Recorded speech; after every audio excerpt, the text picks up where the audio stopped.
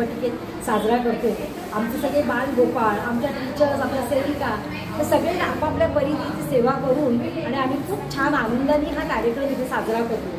मुलांना गणेशोत्सवाची थोडीफार माहिती व्हावी, आपण काय साहित्य वापरतो, आपण देवाची पूजा का करतो, मुलं लहान असली तरी त्यांच्या बालमनाला पटतील अशा प्रकारे माहिती देऊन त्यांच्याकडूनही ती पूजा करून आम्ही इथे घेत असतो।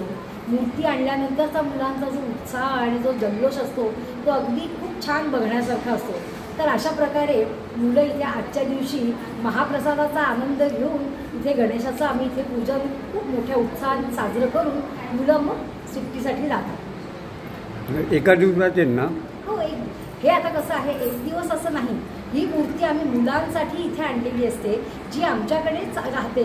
आमच्या रोजच्या असेंब्लीला, रोजच्या प्रार्थनेच्या वेळेला याच गणपतीचं इथे पूजन रोजच्या रोज होत असतं, आरत्या होत असतात, आम्ही श्लोक म्हणतो आणि आज आल्यानंतर पुढच्या वर्षी जेव्हा दुसरी नवीन मूर्ती येते तेव्हा या मूर्तीचं विसर्जन केलं जातं। तर अशा प्रकारे आमच्याकडे ही पूजा इथे साजरी होते।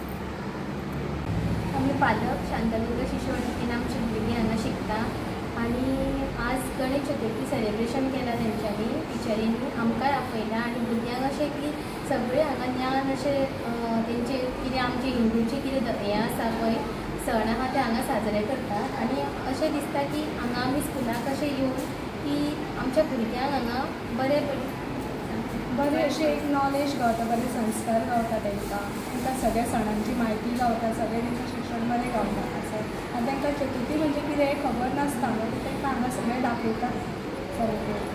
मागीर चवथी पयलीं हांगा गणपती पुजता आनी तांकां सगळें हांगा सांगतात कशें कशें कितें तेंची आरती जाता, तांकां महाप्रसाद दिता, सगळें कितें गणपतीची काणी आसा ती तांकां सगळी सांगता। म्हणजे आमी घरा सांगच्या पयलीं तांकां टिचरी सगळ्यो सांगतात, तेंचेर बरे संस्कार घालतात।